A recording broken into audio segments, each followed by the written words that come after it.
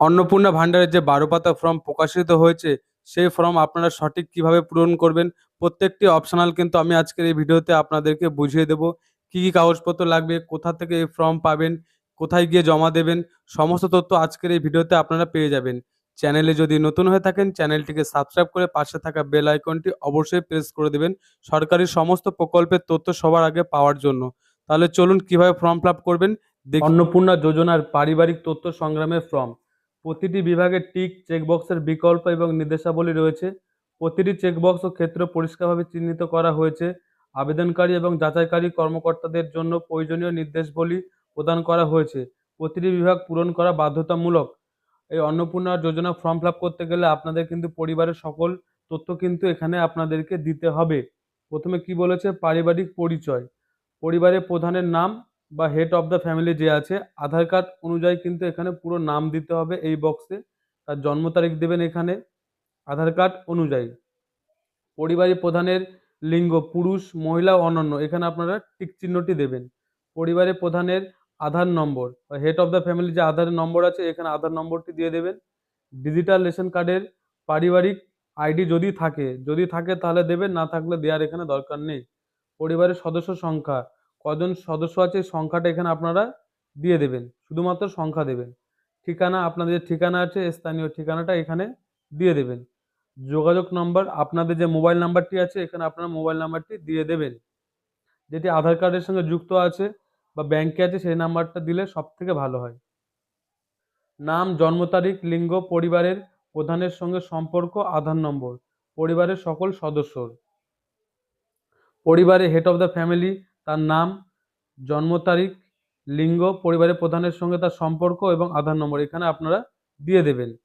অন্নপূর্ণা যোজনার জন্য আবেদন করা হয়েছে, হ্যাঁ থাকলে এটা ক্লিক করবেন। বয়স 5 বছরের কম হলে আধার নম্বর চিহ্নিত করুন। সদস্য যে সংখ্যা আছে তাদের এখানে আপনাদের পরিবারে যদি 5 জন সদস্য থাকে, সেই 5 জনের কিন্তু এখানে নাম, জন্ম তারিখ, লিঙ্গটি এখানে আপনারা দিয়ে দেবেন। তো 3 নম্বর, 4 নম্বর, 5 নম্বর যে কজন সদস্য আছে সেখানে তাদের নাম, জন্ম তারিখ, লিঙ্গ এখানে আপনারা বসিয়ে দেবেন। তাদের সাথে যে সম্পর্ক সেটাও কিন্তু আপনারা এখানে দিয়ে দেবেন। পরিবারের প্রধান এবং পরিবারের সকল প্রাপ্তবয়স্ক সদস্যের ব্যাংক অ্যাকাউন্ট, নগদ অর্থ স্থানান্তরের জন্য। হেড অফ দ্য ফ্যামিলি যে ব্যাংক আছে সেই ব্যাংকের নামটা দেবেন, অ্যাকাউন্ট নাম্বার দেবেন এবং আইএফসি নম্বরটি এখানে বসিয়ে দেবেন। আপনার ফ্যামিলিতে যে কজন আছে, যদি 4 জন 5 জন, ধরুন 5 জন আছে, 3 জনের ব্যাংক অ্যাকাউন্ট আছে, তাহলে 3 জনের দেবেন, আর 2 জনের না থাকলে দেওয়ার দরকার নেই। যেটার সঙ্গে ডিবিডি লিঙ্ক আছে সেই ব্যাংক অ্যাকাউন্টেই কিন্তু এখানে আপনারা দেবেন। 11 নম্বর কি বলেছে, epic head of the family এবং সকল প্রাপ্তবয়স্ক সদস্যর ভোটার তালিকা অংশ নম্বর সহ এখানে দেবেন। হেড অফ দ্য ফ্যামিলির আই কার্ডের নাম্বার দিয়ে দেবেন। আপনাদের পরিবারের যে কজন আই কার্ড হয়েছে তাদের নাম্বারটা আপনারা এখানে দিয়ে দেবেন, যাদের হয়নি তাদেরটা দেওয়ার দরকার নেই। আপনাদের বিভাগ বা কাস্ট, এখানে কি কাস্ট আছে আপনাদের, সেই কাস্টটা এখানে দিয়ে দেবেন, দিয়ে চেক বক্সে ক্লিক করে দেবেন। রেশন কার্ড বা খাদ্য ভর্তুকি, আপনারা কি ডিজিটাল রেশন কার্ড আছে? হ্যাঁ থাকলে হ্যাঁ দেবেন, না থাকলে না করবেন। যদি হ্যাঁ হয় তবে কার্ডের ধরন দেবেন, এএওয়াই বা এসপিএইচএইচ, RKSY2, PHH, RKSY1, এগুলো যেটা আপনাদের থাকবে সেটা এখানে আপনারা টিক চিহ্ন দেবেন। পরিবারটি রেশন দোকান থেকে মাসিক রেশন তুলছে কিনা, হ্যাঁ হলে হ্যাঁ দেবেন, না থাকলে এখানে না দেবেন। বাড়ির ধরন, আপনার বাড়িতে কি বা তার বেশি পাকা ঘর আছে? হ্যাঁ থাকলে হ্যাঁ দেবেন, না থাকলে না করবেন। পরিবারের জমির মালিকানা, যদি হ্যাঁ হয় তাহলে হ্যাঁ দেবেন, যদি না হয় না দেবেন। যদি রেজিস্ট্রেশন নথি বা মিউটেশন কপি এবং আর হলফনাগার তারিখ সহ সর্বশেষ জমির রেকর্ড কপি আপনাদের কিন্তু দিতে হবে, যদি থাকে জমি। যদি না থাকে তাহলে কিন্তু দেওয়া লাগবে না। পরিবারের সকল সদস্যের মোট জমির পরিমাণ, আপনাদের কতটুকু জমি আছে সেখানে কিন্তু আপনাদের লিখতে হবে কত শত আপনাদের জমি আছে। যানবাহন, আপনি পরিবারের কোনো সদস্য কি অবাণিজ্যিক মোটর চালিত 4 চাকা গাড়ি আছে? হ্যাঁ থাকলে হ্যাঁ দেবেন, না থাকলে না করবেন। যদি হ্যাঁ হয় তবে গাড়ির সংখ্যা উল্লেখ করবেন, গাড়ির রেজিস্ট্রেশন নম্বরটি এখানে দিয়ে দেবেন। পারিবারিক ভিত্তিক সদস্যদের স্বাস্থ্য বীমা যদি থাকে তাহলে হ্যাঁ করবেন, যদি না থাকে এখানে না করবেন। সরকারি বা বেসরকারি বীমার অঙ্ক বা প্রাইমের বিবরণ সহ উল্লেখ করুন। যদি বীমা থাকে সেটা কত টাকার বীমা, বা সরকারি না বেসরকারি, বা প্রিমিয়াম কত দেন সেটা কিন্তু এখানে দিতে হবে। সদস্যদের যে কজনে থাকবে সে কজনে দিতে হবে, যদি না থাকে তাহলে এখানে দেবেন না। আয় বা পেশা, কোনো সদস্য কি আয়কর বা পেশাগত কর প্রদান করে? যদি হ্যাঁ হয় হ্যাঁ দেবেন, যদি না হয় তাহলে না করবেন।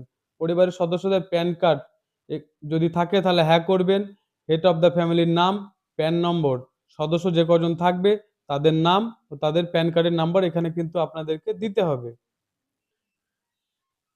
কর্মসংস্থানের ধরন, পরিবারের প্রধান হেড অফ দ্য ফ্যামিলি কি করেন? সরকারি ক্ষেত্রে বা বেসরকারি ক্ষেত্রে বেতনভুক্ত কর্মচারী, সাংগঠনিক ক্ষেত্রে স্বনিযুক্ত বা ব্যবসা বা আংশিক সময়ে কর্মরত, অসংগঠিত ক্ষেত্রে কারিগরি বা শিল্প, কৃষক, শিল্পী, পরিযায়ী শ্রমিক, বেকার, অনন্য, যেটা হবে সেটা আপনারা এখানে কিন্তু ক্লিক করবেন। সদস্যদের মধ্যে কারা কারা আছে বা মানে পরিবারে যে কেউ যদি সরকারি চাকরি করে বা বেসরকারি, এগুলো সমস্ত কিন্তু দিতে হবে। যে কজন সদস্য আছে তাদের এখানে কিন্তু আপনারা টিক চিহ্ন দেবেন। নিচে পরিবারের শিক্ষিত প্রাপ্তবয়স্ক সদস্যের সংখ্যা এবং পরিবারের অশিক্ষিত প্রাপ্তবয়স্কদের সদস্যের সংখ্যা। এখানে শিক্ষিত প্রাপ্তবয়স্ক সদস্য দেবেন, অশিক্ষিত প্রাপ্তবয়স্ক সদস্য যে কজন শিক্ষিত আছে সে সংখ্যা বসাবেন, এখানে যারা পড়াশোনা করেনি তাদের এখানে সংখ্যা এখানে বসাবেন। পরিবারের পরিবারের যে কজন আছে সে সদস্যদের এখানে শিক্ষিত অশিক্ষিত ঘরে এখানে আপনারা কিন্তু চেক বক্সে ক্লিক করবেন। কোনো সদস্য কি কোনো সাংবিধানিক পদ, মন্ত্রী, সাংসদ, বিধায়ক বা পৌরস্থানীয় সংস্থা বা পঞ্চায়েত সংস্থার প্রাক্তন বর্তমান ধারক আছে কিনা? হ্যাঁ থাকলে হ্যাঁ দেবেন, না থাকলে না দেবেন। কোনো সদস্য কি সরকারি পেনশনভোগী? হ্যাঁ থাকলে হ্যাঁ দেবেন, না থাকলে না দেবেন। কোনো সদস্য কি জিএসটি অধীনে নিবন্ধিত আছেন? হ্যাঁ থাকলে হ্যাঁ, না থাকলে না করবেন। পরিবারের মোট বার্ষিক আয় বছরে কত টাকা ইনকাম করে এখানে কিন্তু আপনাদেরকে দিতে হবে।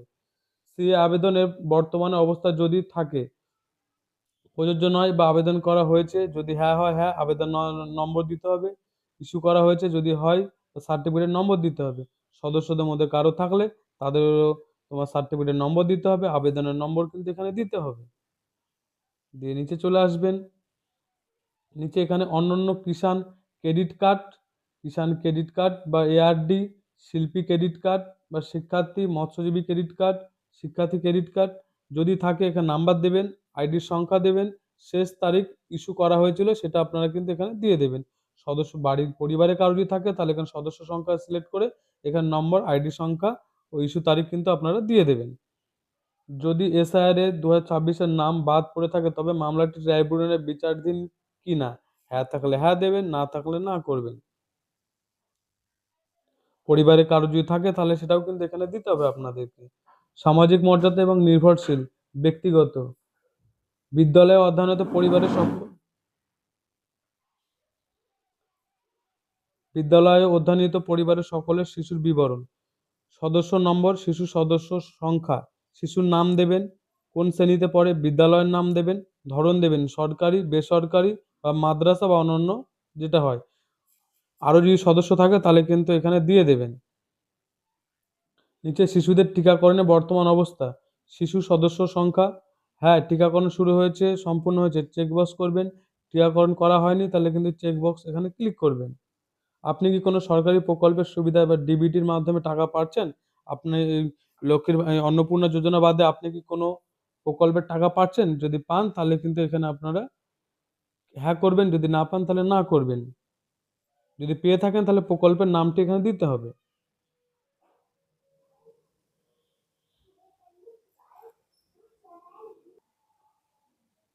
প্রত্যাহার করতে চান, আপনি কি এই প্রকল্প থেকে নিজেকে প্রত্যাহার করতে চান? যদি হ্যাঁ হয় তাহলে হ্যাঁ করবেন এখানে। বাদ দেওয়া হলে কারণ বা অফিসের কর্তৃত্ব পুরনায় ঘোষণিত সম্মানিত আমি এই মর্মে ঘোষণা করছি যে উপরের প্রদত্ত তথ্য আমার জ্ঞান ও বিশ্বাস অনুযায়ী সম্মতি হইলাম। সত্য এবং প্রযোজ্য ক্ষেত্রে আমি সকল সহায়ক নথি প্রদান করেছি এবং উপরের উল্লেখিত কোনো মানদণ্ড বাদ দিওনি। আমি অবগত যে আমার প্রদত্ত কোনো তথ্য মিথ্যা প্রমাণিত হলে আমার সামাজিক সুরক্ষা সংক্রান্ত সুবিধাসমূহ বন্ধ হয়ে যেতে পারে। এখানে স্বাক্ষর করবেন। শুধুমাত্র সরকারি ব্যবহারের জন্য অন্নপূর্ণা যোজনার পারিবারিক স্তরের তথ্য সংগ্রহ ফর্ম ও সংক্রান্ত অনুসন্ধান প্রতিবেদন। আমি এখানে আপনার নাম দেবেন বা পুত্রকন্যার নাম দেবেন, গ্রাম বা শহরের নাম, গ্রাম পঞ্চায়েতের নাম, ব্লকের নাম, পৌরসভার নাম, জেলার নাম দিয়ে এটা আপনার পূরণ করবেন। এখানে যেদিন ফর্মটি পূরণ করবেন তার তারিখ দেবেন, স্থান দেবেন, এখানে স্বাক্ষর দেবেন। দিয়ে ফর্মটি আপনারা ফিল আপ করে আপনাদের পঞ্চায়েত বা বিডিও অফিসে কিন্তু এটা জমা দিয়ে আসলে আপনাদের কিন্তু লক্ষ্মী ভাণ্ডার নামটি কেটে গিয়ে অন্নপূর্ণা যোজনায় নাম চলে আসবে। অন্নপূর্ণা যোজনার নাম চলে আসবে, আসার পরে কিন্তু আপনাদের 3,000 টাকা সরাসরি ব্যাংক অ্যাকাউন্টে পেয়ে যাবেন। এই ফর্মটি আপনারা কোথায় পাবেন? তো আপনারা আপনাদের ফোনের ক্রোমটি ওপেন করবেন। এখানে সার্চ করবেন অন্নপূর্ণা ভাণ্ডার portal, government of West Bengal. দিয়ে এই লিঙ্কটির উপরে ক্লিক করবেন।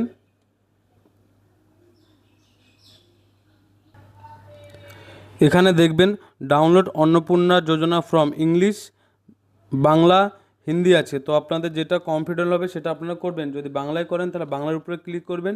ক্লিক করলে এটা কিন্তু আপনাদের ডাউনলোড হয়ে যাবে। ডাউনলোড হয়ে গেলে আপনারা যে কোনো দোকান থেকে প্রিন্ট করে এনে আপনার ফর্মটি ফিল আপ করতে পারবেন।